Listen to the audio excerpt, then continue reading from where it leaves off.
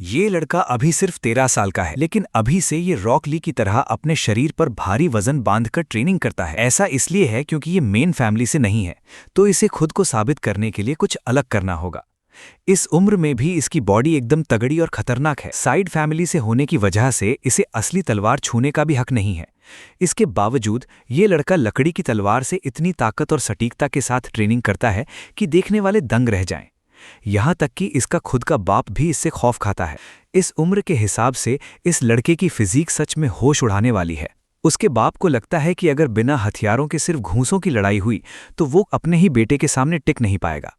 और जिस चीज से वो सबसे ज्यादा डरता है वो है इस लड़के की खतरनाक आंखें और उसका ठंडा बर्ताव। जब छोटी उम्र में इसकी मां गुजर गई तब भी ये न तो रोया और ना ही इसने कोई दुख मनाया। ये लड़का लगातार कहता रहता है कि उन्हें उस लोहार को पकड़कर लाना चाहिए जो ट्रेनिंग वाले पुतले बनाता है, और उसकी इस घटिया कारीगरी के लिए उसकी अच्छे से कुटाई करनी चाहिए।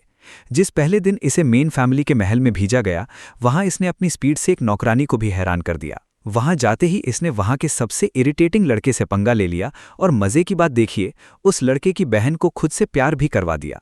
आखिर में बैकग्राउंड में लिंकिन पार्क का गाना बजने लगा। इसने अपने शरीर से वो वजन हटाए और उस घमंडी लड़के के पेट पर ऐसा वार किया कि उसका कल का लंच बाहर आ गया। इसके बाद पूरा भौकाल टाइट करके ये वहां से निकल गया। ये है यूजीन लॉयनहार्ट, लॉयनहार्ट फैमिली की साइड ब्रांच का एक बच्चा। अफसोस की बात यह है कि यहाँ के मुखिया को सिर्फ उन्हीं बच्चों से मतलब है जिनके पास टैलेंट और एक बड़ा खानदान हो। लेकिन यूजीन आगे चलकर इतने बड़े बड़े कारनामे करने वाला है कि खुद मुखिया भी इंप्रेस हो जाएगा और यूजीन के पिता को खास राइट्स दे देगा। पर क्या आप जानते हैं कि ये बच्चा इतना ज्यादा फोकस्ड क्यों है? इसका माइंडसेट बड़ों जैसा क्यों है? और ये इस तरह ट्रेनिंग क्यों कर रहा है जैसे इसे किसी से बदला लेना हो?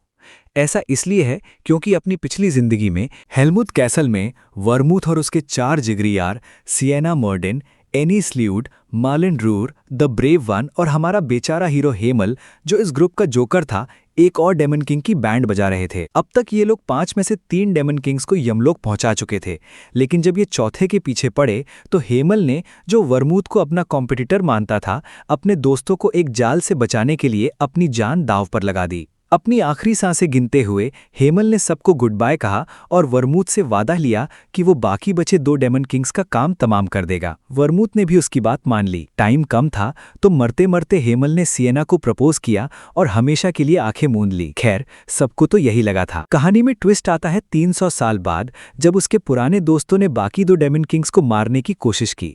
उसके बाद हमारे हीरो का पुनर्जन्म होता है। इस बार वो हीरो वर्मूथ के ही खानदान में यूजीन लॉयनहार्ट बनकर पैदा हुआ। वैसे वो वर्मूथ के कई वंशजों में से एक था और उसकी ब्रांच फैमिली मेन फैमिली से काफी नीचे आती थी। इसी वजह से उसे असली तलवारों से ट्रेनिंग करने या माना यानी मैजिक यूज करने की परमिशन नहीं थी। इसके बावजूद तलवारबाजी में उसका टैलेंट रॉकेट की स्पीड से बढ़ रहा था। जब भी वो प्रैक्टिस करता, उसके डैड बस मुंह फाड़े उसे देखते रह जाते। एक 13 साल के बच्चे के हिसाब से यूजेन की बॉडी कुछ ज्यादा ही एडवांस थी। वो खुद को लीनिएज सेरेमनी के लिए तैयार कर रहा था। लॉयनहार्ट खानदान का ये ऐसा रिवाज था जहां 10 से 15 साल के बच्चे इकट्ठा होते हैं और खुद को असली लॉयनहार्ट साबित करने के लिए आपस में भिड़ते हैं। लेकिन मेन फैमिली के सामने इस ब्रांच फैमिली की हालत पतली थी। डायरेक्ट खानदान के बच्चों को असली तलवारें और माना यूज करने की पूरी छूट थी। अपने इतने टैलेंटेड बेटे को इस नाइंसाफी का सामना करते देख उसके पिता को बहुत बुरा लग रहा था। इसीलिए उन्होंने यूजीन के आगे हाथ जोड़ लिए कि भाई इस सेरेमनी में मत जाओ, तो मेन लाइन के बच्चों को कभी नहीं हरा पाओगे। लेकिन हमारे हीरो के दिमाग में तो अलग ही कीड़ा था। उसे बस वहां जाकर सबकी हैकड़ी निकालनी थी। सेरेमनी के रास्ते में उसे अपनी पिछली जिंदगी की याद आने लगी। हेमल डायनस के रूप में वो मुश्किल से मुश्किल चीजें भी चुटकियों में सीख जाता था। वो अपनी बात का पक्का आदमी था, फिर भी उसके दोस्त हमेशा उससे 2 कदम आगे ही रहते थे। इसी सोच विचार में उसके दिमाग में एक बड़ा सवाल आया कि अगर वर्मूथ ने अपना काम पूरा किया था तो वो डेमन किंग्स अभी तक जिंदा कैसे हैं? उसका उखड़ा हुआ मूड देखकर बटलर उसे मेन हाउस के तौर तरीकों के बारे में बताने लगा। लॉयनहार्ट के आलीशान महल में पहुंचते ही यूजेन को उसका कमरा दिखाया गया। वहां उसकी मुलाकात नीना नाम की एक टेम्पररी मेड से हुई। जब हमारे हीरो ने उसकी उम्र पूछी तो नीना ने बताया कि वो 16 साल की है। यूजेन को तुरंत शक हो गया कि लॉयनहार्ट वालों ने जानबूझकर उसे एक नौसिखिया मेड दी है ताकि वो चिढ़कर कोई तमाशा खड़ा कर दे। नीना से ही उसे पता चला कि बाकी रिश्तेदार 4 दिन बाद आने वाले हैं। यूजेन ने उसे ट्रेनिंग ग्राउंड ले चलने को कहा। वहां जब उसने प्रैक्टिस शुरू की तो उसकी फुर्ती देखकर नीना के होश उड़ गए। शरीर पर भारी भरकम वजन बांधने के बाद भी वो बिजली की रफ्तार से मूव कर रहा था। तभी वहां केन नाम का एक कजिन आ धमका और बड़े एटीट्यूड में पूछने लगा कि ये देहाती लड़का क्या नौटंकी कर रहा है। यूजेन ने भी आव देखा न ताव उसे अंधा बोलते हुए कहा कि दिखता नहीं ट्रेनिंग कर रहा हूं। इस पर केन भड़क गया और उसे ऑर्डर झाड़ने लगा कि जा जाकर रथ साफ कर, तुम गांव वालों की औकात बस इतनी ही है। जब हमारे हीरो ने उसे भाव नहीं दिया तो केन ने गुस्से में आकर उसे डुअल के लिए चैलेंज कर दिया। यूजेन को फालतू के पंगों में नहीं पड़ना था तो उसने सीधे सीधे उसे वहां से दफा होने को कह दिया। केन फिर भी बाज नहीं आया और उसे डरपोक बुलाने लगा। ये बात हीरो के ईगो पर लग गई। केन बकबक करता रहा और बात यहां तक बढ़ गई कि उसने यूजेन के पेरेंट्स को भी घसीट लिया कि उन्होंने उसे तमीज नहीं सिखाई। बस फिर क्या था, यूजेन का पारा 7वें आसमान पर पहुंच गया और उसने केन को सरेआम ऐसा धोया कि वो कहीं मुंह दिखाने लायक नहीं रहा। केन ने जैसे ही चैलेंज के लिए रुमाल नीचे गिराया, मैच वही खत्म हो गया था। यूजेन ने उसे संभलने का मौका तक नहीं दिया। ये देखकर सीएल सन्न रह गई कि उसका भाई यूजेन पर एक सिंगल हिट तक नहीं कर पाया और बुरी तरह हार गया। उसने तुरंत इल्जाम लगाया कि पक्का इसने माना का इस्तेमाल करके चीटिंग की है। इस पर हमारे हीरो ने बड़े आराम से जवाब दिया कि भाई अपन ने कोई चीटिंग नहीं की, ये तो बस प्योर टैलेंट है। तभी वहां केन का बटलर आ धमकता है। जब यूजेन उसे पूरी बात समझाता है कि ये फाइट क्यों हुई तो वो दोनों भाई बहन वहां से 9-2-11 हो जाते हैं।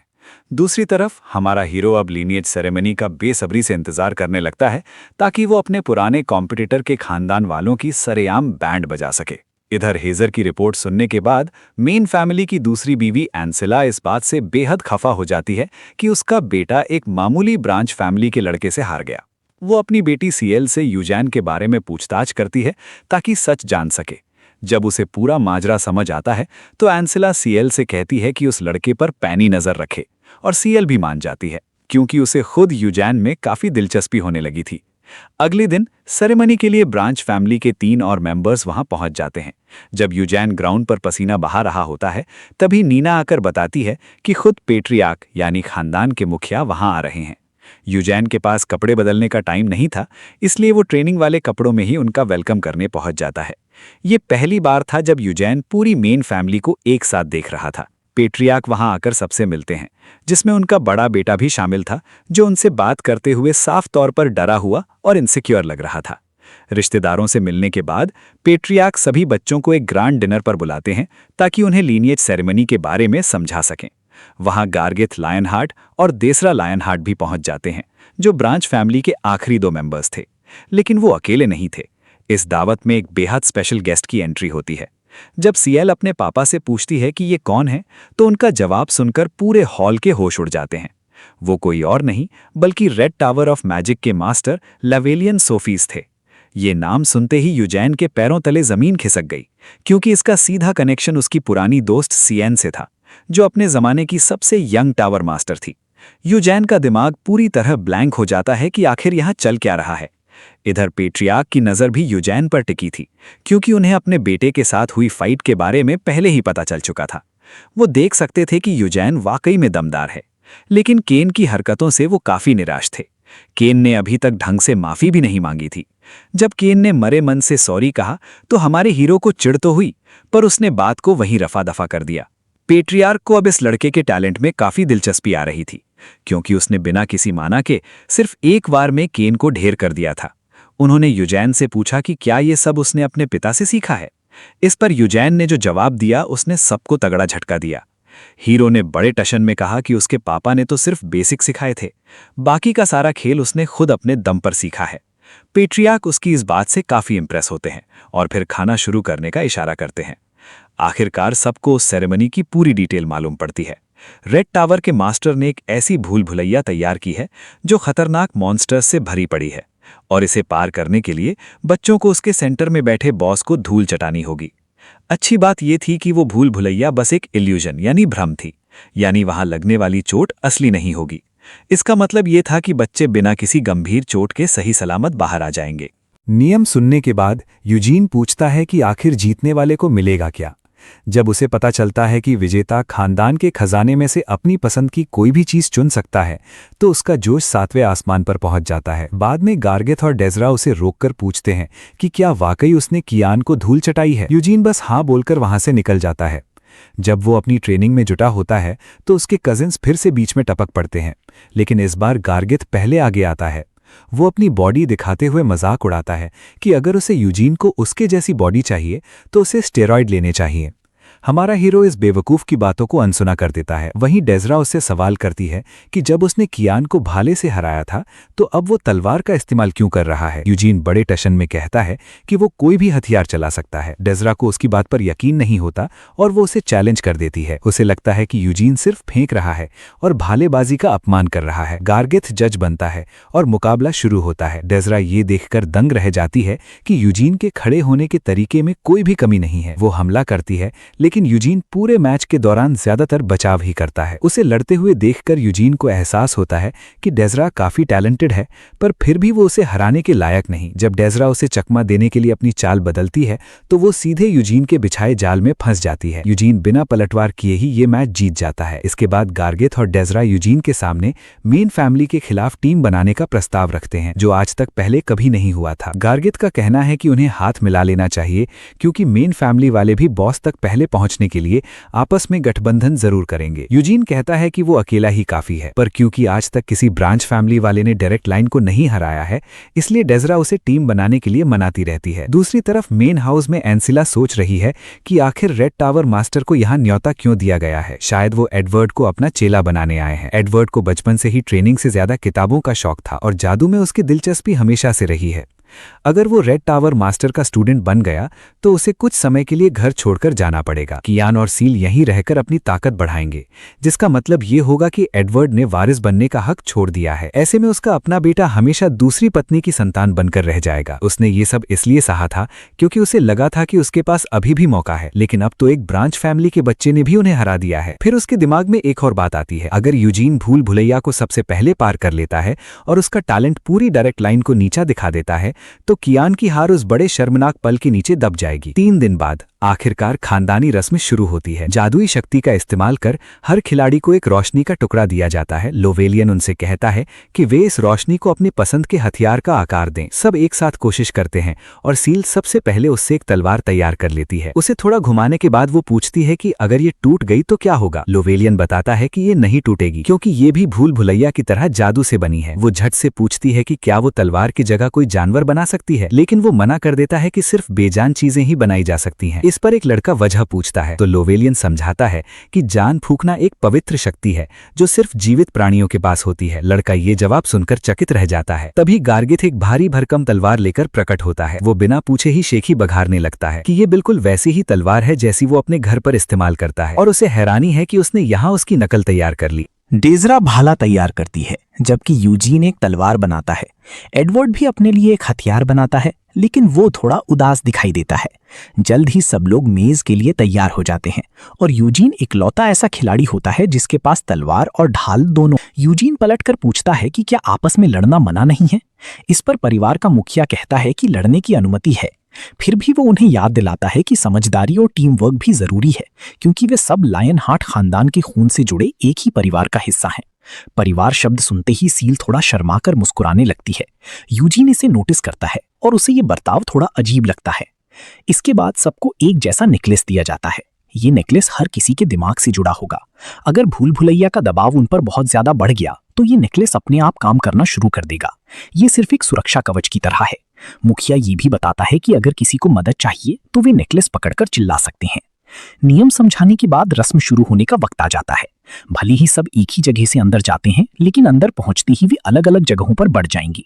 लड़की यूजीन को गुड लक कहती है और यूजीन भी उसे शुभकामना देता है। पोर्टल से गुजरने के बाद यूजीन एक अंधेरे कमरे में पहुंचता है। अपनी तलवार का एक वार करके उसे समझ आ जाता है कि ये जगह काफी तंग है। जो कोई भी लंबे हथियार का इस्तेमाल कर रहा होगा उसके लिए यहाँ टिकना मुश्किल होगा। यही वजह थी कि यूजीन ने तलवार और ढाल चुनी थी, भले ही वे साधारण हथियार थी। वो बिना देर किए अपना टेस्ट शुरू कर देता है। बाकी लोग पहले से ही मुश्किलों में फंस रही थी और उन्होंने अपनी नेकलेस का इस्तेमाल करना शुरू कर दिया था। सिर्फ 1 घंटा बीता था और 3 लोग पहले ही बाहर हो चुके थे। मेज से बाहर निकाले जाने के बाद पैट्रियार्क के चेहरे पर साफ निराशा दिख रही थी। उन्होंने ठंडे लहजे में उन्हें आराम करने भेज दिया। दूसरी तरफ एक टेंट के अंदर बड़े बुजुर्ग मैजिक की मदद से सभी पार्टिसिपेंट्स पर नजर रखे हुए थे। पैट्रियार्क का पूरा ध्यान खेल पर ही था। गर्जन अपनी भारी भरकम तलवार के साथ थोड़ा परेशान जरूर दिखा, लेकिन उसकी ताकत के आगे कोई टिक नहीं पा रहा था। वो अपने रास्ते में आने वाले हर मॉन्स्टर का कचरा कर रहा था। वहीं डसारिया अपनी फुर्ती का इस्तेमाल कर रही थी ताकि फालतू की लड़ाइयों से बचकर कंट्रोल बनाए रखे। कैनन बहुत संभल कर चल रहा था और एक के बाद एक ट्रैप्स को चकमा दे रहा था, जिसे देखकर सब उसकी तारीफ करने लगे। पर असली ट्विस्ट ये था कि उसकी माँ ने उसे रात में ही मैप थमा दिया था। बेचारा चीटिंग करके हीरो बन रहा था। अब बात करते हैं आयोडो की, जो शुरुआत में एक मामूली गॉब्लिन को देखकर ऐसे डरा जैसे उसने भूत देख लिया हो। पर जैसे ही उसे एहसास हुआ कि ये सब मैजिक का कमाल है, उसकी डर वाली शक्ल हैरानी और एक्साइटमेंट में बदल गई। उसकी इस रुचि को देखकर लोबेरियन ने नोटिस किया कि लड़का मैजिक का दीवाना है। पैट्रियार्क ने बताया कि उसे बचपन से ही इसमें दिलचस्पी थी, यहाँ तक कि उसके लिए कैपिटल से एक टीचर ईट्सकीट को भी बुलाया गया था, पर उसने बीच में ही काम छोड़ दिया। जब लोबेरियन ने वजह पूछी तो पैट्रियार्क ने कहा कि उसने अपनी हकीकत स्वीकार कर ली है। ईट्सकीट को लगता है कि फैमिली हेड बनना उसकी ड्यूटी है, जबकि पैट्रियार्क चाहते थे कि वो मैजिक की राह पर चले। अंत में एक उम्मीद की किरण दिखी। अगर उसका पैशन अब भी जिंदा है तो वो रेड टावर के मास्टर के अंडर पढ़ने का मौका हाथ से नहीं जाने देगा। टावर मास्टर ने पक्का प्रॉमिस तो नहीं किया, पर हाँ, वो उस लड़के से मिलने के लिए तैयार हो गए हैं। अब देखना यह है कि क्या ये लड़का अपनी किस्मत बदल पाएगा या बस गॉब्लिन देखकर डरता रहेगा। टावर मास्टर साफ कर देते हैं कि अगर टैलेंट में कमी रही तो वो उसे अपना शिष्य डिसाइपल नहीं बनाएंगे। पेट्रियार्क इस बात से सहमत हैं क्योंकि वो बस इतना चाहते हैं कि लड़का अपने सपनों को पूरा करे। वो बताते हैं कि आयोडो हमेशा से ही वर्मुथ से कहीं ज्यादा सिएना को पसंद करता रहा है। टावर मास्टर भी इस बात को मानते हैं। तभी पेट्रियार्क एक ऐसी बात कहते हैं जो सबको हैरान कर देती है। वो कहते हैं कि ये लड़का बाकी लोगों से अलग है क्योंकि इसका फेवरेट हीरो सिएना या वर्मुथ नहीं बल्कि कोई और ही है। लोबेरियन बड़ी उत्सुकता से पूछता है कि आखिर वो है कौन। पेट्रियार्क जवाब देने ही वाले थे कि अचानक उनकी नजर एक जादुई क्रीचर पर पड़ती है और वो टावर मास्टर को वहां देखने को कहते हैं। वहां यूजीन था जो अकेले ही एक मॉन्स्टर से भिड़ा हुआ था। जैसे ही दूसरा मॉन्स्टर उस पर झपटा, यूजीन ने बड़ी आसानी से उसे चकमा दिया और हर एंगल से उस पर हमला कर उसे काट डाला। ये देखकर देखने वाले दंग रह गए, यहां तक कि पेट्रियार्क भी अपनी आंखों पर यकीन नहीं कर पा रहे थे। टावर मास्टर ने हैरानी से पूछा, ये लड़का कौन है? जैसे ही वो ट्रोल ढेर हुआ, पेट्रियार्क ने गर्व से बताया, ये यूजीन लायन हार्ट है। टावर मास्टर के पास शब्द ही नहीं बचे थे। पेट्रियार्क इस बात से हैरान थे कि यूजीन ने बिना किसी अनुभव के उस ट्रोल का सामना इतने शांत रहकर किया और रास्ता खोज लिया। टावर मास्टर ने खुलासा किया कि वो ट्रोल असल में लड़ाई के लिए नहीं बल्कि एक ट्रैप था, ये देखने के लिए कि क्या बच्चे डर के आड़े रास्ता ढूंढ पाते हैं या नहीं।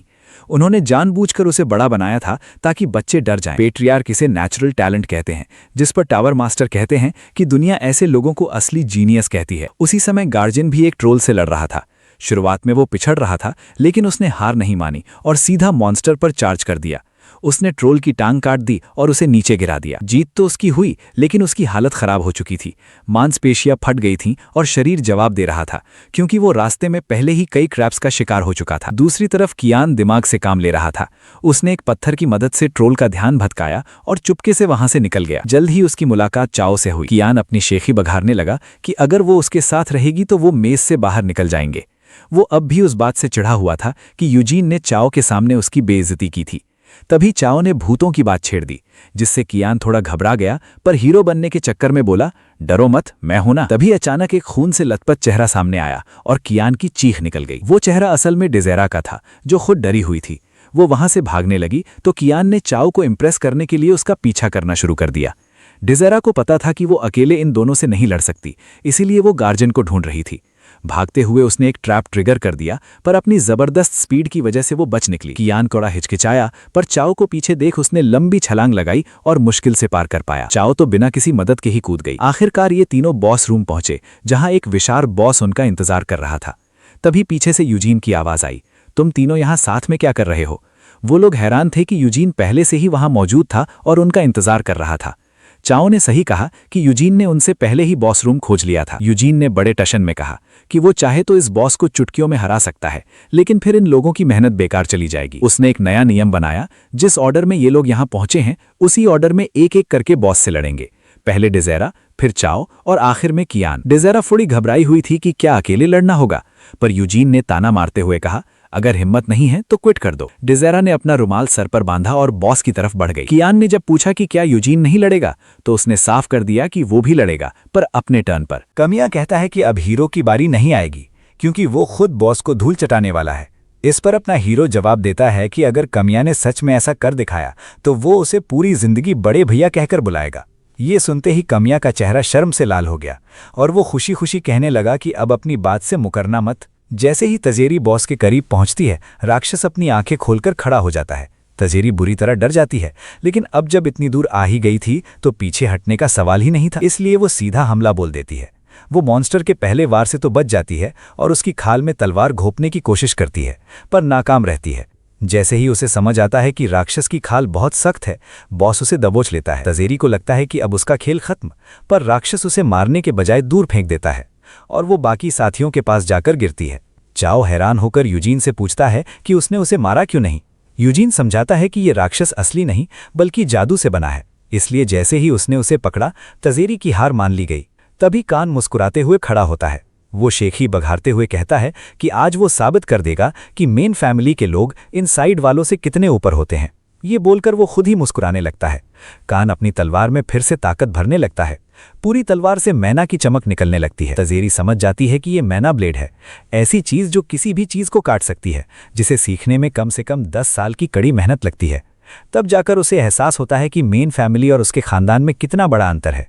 हालांकि यूजीन को ये बुरा आइडिया नहीं लगता। कान कहता है कि भले ही वो इसे कम समय के लिए इस्तेमाल कर पाए, पर बॉस को हराने के लिए इतना काफी है। पर तभी अचानक तलवार से सारी मैना गायब हो जाती है। कान को कुछ समझ नहीं आता कि आखिर हुआ क्या।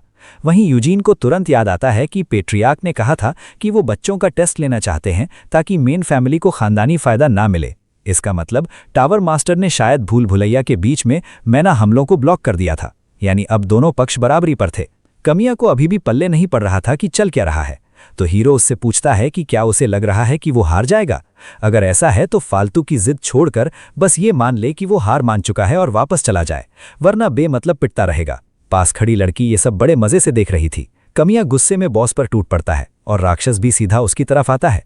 कमिया फुर्ती से उसके बगल से निकलकर उसके हाथ पर वार करता है। वो कुछ और हमलों से बचते हुए जवाबी वार करता है, पर उसे जल्द ही समझ आ गया कि इन छोटे मोटे घावों से बॉस का कुछ नहीं बिगड़ने वाला।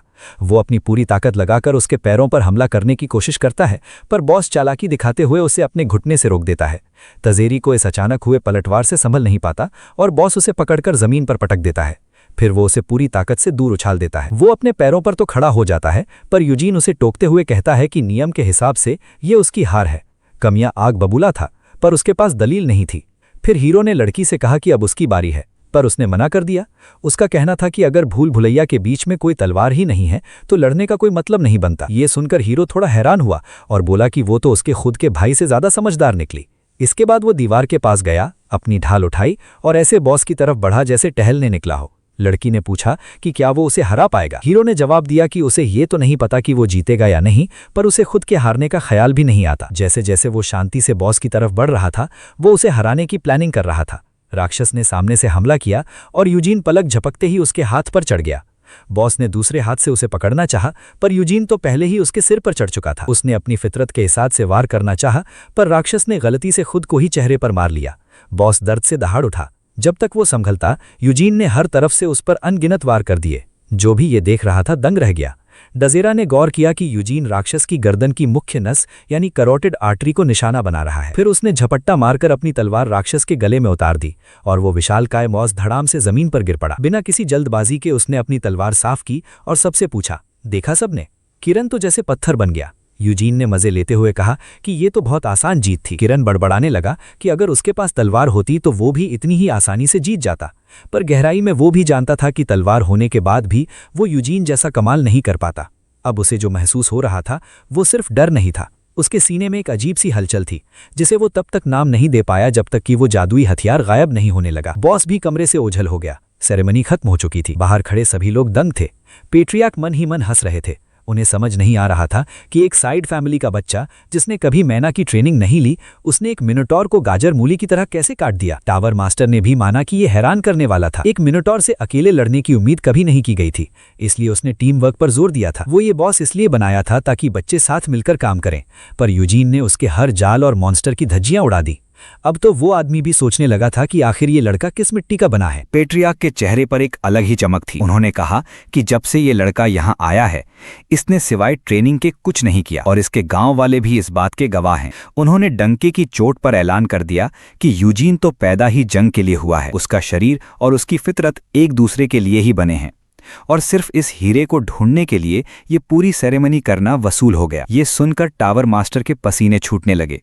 उन्होंने बड़ी सावधानी से पूछा कि क्या उन्हें वाकई इस बात से कोई परेशानी नहीं है। उन्होंने इशारा किया कि हीरो तो अभी से उनके खुद के बच्चों से कोसों आगे निकल चुका है, और अगर अभी ये हाल है तो जरा सोचिए तब क्या होगा जब ये मैना चलाना सीख जाएगा। पेट्रियार्क ने बड़े दिल वाले अंदाज में कहा कि ये तो और भी खुशी की बात है, क्योंकि वो उनके खानदान का नाम और रोशन करेगा। टावर मास्टर ने घबराते हुए एक और टेढ़ा सवाल दाग दिया कि अगर कल को यूजीन लॉयनहार्ट परिवार का वारिस और अगला मुखिया बनना चाहे तब क्या होगा।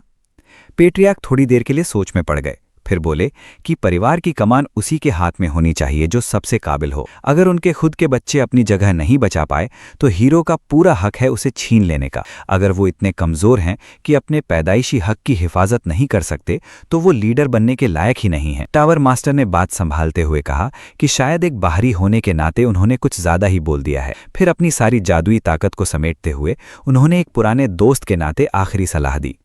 उन्होंने कहा कि पेट्रियार्क को यूजीन को गोद ले लेना चाहिए और उसे अपना बेटा बना लेना चाहिए। आखिर एक साइड फैमिली के बच्चे ने ब्लड लाइन सेरेमनी में मेन खानदान के बच्चों को पछाड़ दिया है, और ये बात बाकी रिश्तेदारों को मेन ब्रांच की इज्जत कम करने का मौका दे सकती है, जिससे आगे चलकर बवाल खड़ा हो सकता है। पेट्रियार्क ने उनकी सलाह का शुक्रिया अदा किया और कहा कि ख्याल तो काफी लुभावना है, पर उससे पहले एक काम और करना है, उस नन्हे शैतान को बधाई देनी है। भूल भुलैया से सभी बच्चों को बाहर निकालने के बाद पेट्रियार्क की नजरें सब पर घूमने लगी। उनकी आंखें आयोट पर जाकर रुकी, जो आखिर तक पहुंच ही नहीं पाया क्योंकि उसका ध्यान जादू और मॉन्स्टर्स में ही अटका रह गया था। पेट्रियार्क को उससे काफी निराशा हुई। हालांकि बाकी दो बच्चों ने काफी अच्छा परफॉर्म किया था। उनकी नज़र में वो मिनोटॉर को सिर्फ इसलिए नहीं हरा पाए क्योंकि उनके पास अनुभव की कमी थी। उन्होंने सबके तालमेल की तारीफ की और कहा कि वो पूरे वक्त उन पर नजर रखे हुए थे और काफी हैरान भी हुए। फिर उन्होंने यूजीन को आगे बुलाया और कहा कि ये 9 बच्चों में वो सबसे अलग और बेहतरीन साबित हुआ है। हीरो ने उनका शुक्रिया अदा किया और पेट्रियार्क ने उसके उन फैसलों की तारीफ की जो उसने मुश्किल जालों और राक्षसों के खिलाफ लिए थे। उन्होंने ये भी गौर किया कि हीरो ने बिना खरोच आए उस विशाल ट्रोल को धूल चटा दी थी। वो हट्टा कट्टा लड़का तो ये सुनकर सन्न रह गया। उसे तो यहां तक लगने लगा कि अगर यूजीन ने उसके खानदान वाली दवाइयां खा ली तो वो उससे भी ज्यादा ताकतवर बन जाएगा। लेवेलियन ने भी हार मानते हुए कहा कि उसे लगा था कि सब भूल भुलैया में खो जाएंगे, पर उसने वाकई इन बच्चों को कम आंकने की गलती कर दी थी। यूजीन का ये जलवा देखकर अब सबके होश उड़े हुए थे। क्या आपको लगता है कि पेट्रियार्क वाकई यूजीन को अपना वारिस बनने देंगे या आगे चलकर परिवार के अंदर की राजनीति उसे रोकने की कोशिश करेगी? ये सब वर्मूथ के वंशज थे और सच कहूं तो एक से बढ़कर एक थे। पेट्रियार्क ने उन सबको आराम करने के लिए कहा और वादा किया कि वो उनके लिए एक शानदार दावत तैयार करवाएंगे। इसके बाद उन्होंने लेवेलियन को बच्चों को वापस ले जाने का इशारा किया। सब लोग हवेली की तरफ बढ़ने लगे, लेकिन तभी पेट्रियार्क ने यूजीन को रोक लिया और उसे अपने साथ चलने को कहा। सीएल ये देखकर हैरान रह गई और उसने तुरंत पूछा कि क्या वो प्रोटैगनिस्ट को उसका गिफ्ट देने जा रहे हैं। पेट्रियार्क ने हाँ में सिर हिला दिया। सीएल जानती थी कि वे लोग अंडरग्राउंड खजाने वाले कमरे में जा रहे हैं, एक ऐसी जगह जिसे उसने आज तक नहीं देखा था। बेचारी बस उन्हें देखते हुए रह गई। जब वे जंगल के रास्ते जा रहे थे तो पेट्रियार्क ने यूजीन की तारीफों के पुल बांधने शुरू कर दिए। उन्होंने कहा कि वो हर तरह के हथियार बहुत बढ़िया तरीके से चलाता है। इस पर हमारे एमसी ने बड़ी विनम्रता दिखाई और कहा कि आप कुछ ज्यादा ही तारीफ कर रहे हैं। लेकिन पेट्रियार्क कहाँ मानने वाले थे। उन्होंने याद दिलाया कि यूजीन ने भूल भुलैया के राक्षसों को सिर्फ एक तलवार और ढाल से ढेर कर दिया था और डिसारिया के खिलाफ तो उसने भाला भी चलाया था। भाई, घर के मुखिया तक खबरें बड़ी तेजी से पहुंचती हैं। उन्होंने आगे बताया कि आज लायनहार्ट परिवार की पहचान भले ही तलवार हो, लेकिन उनके पूर्वज महान वर्मूथ हर तरह के हथियार चलाने में उस्ताद थे। उन्हें तो युद्ध का देवता और हर फन का माहिर कहा जाता था।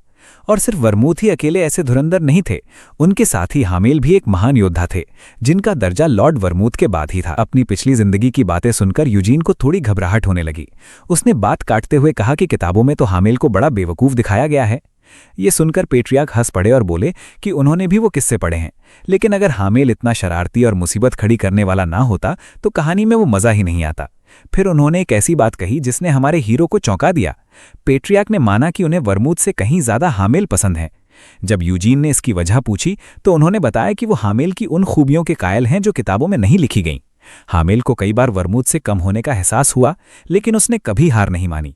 वो खुद को तब तक तराशता रहा जब तक उसने अपनी सीमाओं को पार नहीं कर लिया और आखिर में अपने दोस्तों को बचाने के लिए अपनी जान दे दी। यूजीन को लगा कि किताबों वाली ये सीख कुछ ज्यादा ही फिल्मी है, फिर भी उसने मुस्कुराते हुए कहा कि उसे भी हामेल बहुत पसंद है। ये सुनकर पेट्रियार्क भी मुस्कुरा दिए। जल्द ही वे लोग अपनी मंजिल पर पहुंच गए। गार्ड्स ने पेट्रियार्क को देखते ही रास्ता दे दिया। एक छोटे से घर के अंदर सीढ़ियां सीधे जमीन के नीचे जा रही थीं। नीचे उतरते वक्त पेट्रियार्क ने बताया कि यूजीन इस परिवार का हिस्सा ना होते हुए भी यहां कदम रखने वाला पहला इंसान है। यूजीन ने झट से पूछा कि क्या सच में उसे यहां आने की इजाजत है। पेट्रियार्क बोले कि जुबान दे दी तो बस दे दी, और सीनेट के बुजुर्गों ने भी इस बात के लिए अपनी मंजूरी दे दी है। सीनेट में लायनहार्ट परिवार के पुराने और अनुभवी दिग्गज शामिल थे, ऐसे लोग जो परिवार की अलग अलग शाखाओं से ताल्लुक रखते थे, लेकिन उन्होंने अपनी मेहनत से बड़ा सम्मान हासिल किया था। यूजीन ने पूछा कि यहाँ मौजूद खजाने आखिर कितने कीमती हैं। ये संग्रह सैकड़ों सालों में तैयार हुआ था और इसमें महान नायक वर्मुथ की निशानियां भी थीं। ये सुनकर यूजीन के मन में सवाल उठा कि क्या सेक्रेड स्वॉर्ड भी यही है। मुखिया ने हाँ में जवाब दिया, लेकिन उन्होंने ये भी साफ कर दिया कि यूजीन उसे चुन नहीं सकता, क्योंकि वो पवित्र तलवार लायनहार्ट परिवार की पहचान है और किसी को भी यूं ही नहीं सौंपी जा सकती।